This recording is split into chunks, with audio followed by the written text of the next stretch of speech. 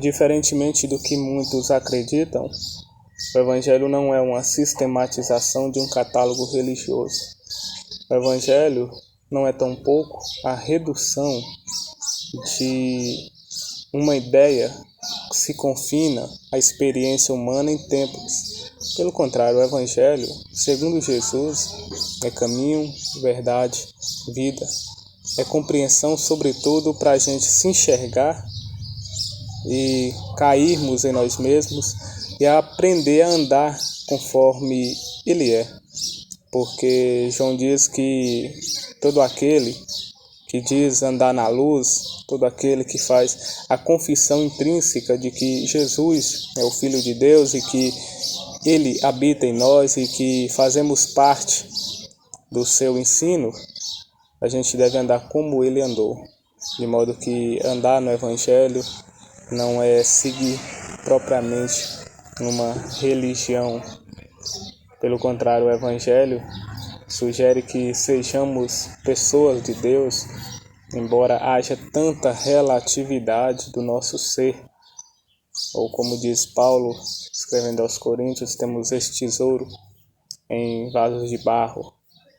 Então, a gente deve compreender que dia a dia o convite de Jesus é que tomemos a cruz, que vamos após Ele, que renunciamos o si mesmo, toda produção fantasiosa que o nosso ser possui e aprende a viciar com tantos mecanismos dos quais não agregam à alma conhecimento, vida e nem tampouco espiritualidade.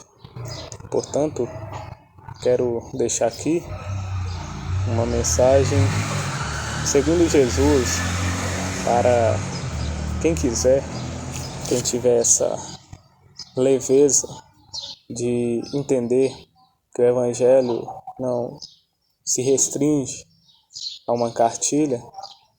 Pelo contrário, o Evangelho é a expansão do ser em movimento. Então, quem quiser fazer essa viagem, é só ir após Ele. Lembrando que Jesus não obrigou ninguém a andar com Ele. Pelo contrário, chegou um dado momento em que muitos discípulos se afastavam dele. Ele disse aos 12, e vocês também querem se retirar? Ou seja, Jesus não tinha obsessão por discípulo. Jesus não queria amarrar, manietar ninguém para andar com Ele. O negócio era a espontaneidade. Quem quiser vir após mim, negue a si mesmo, tome sua cruz e me siga. É simples. Jesus nunca obrigou ninguém a nada. Isso deve partir também de que o ser deve discernir que tudo aquilo que Jesus fala, tudo aquilo que Jesus viveu, tudo aquilo que Jesus sintetiza como palavra de vida deve ser internalizado. Deve ser alimento diário para todo aquele que deseja segui-lo. Jesus jamais obrigaria alguém a algo.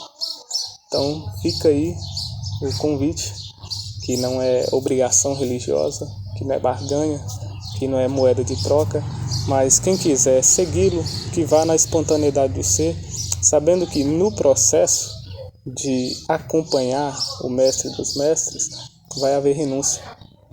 Tem que haver uma desconstrução da nossa mente viciada, da nossa mente que tende sempre ao mal, da nossa mente que sempre nos engana, nos sabota.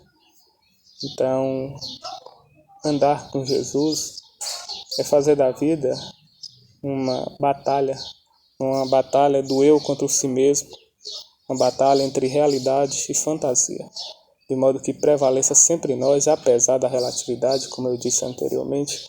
O que deve prevalecer na gente é a realidade segundo Jesus, segundo o Evangelho, segundo a graça que nos é proposta, porque de graça em graça, de fé em fé, de tribulação em tribulação, de luta em luta, é que somos aperfeiçoados no amor de Deus.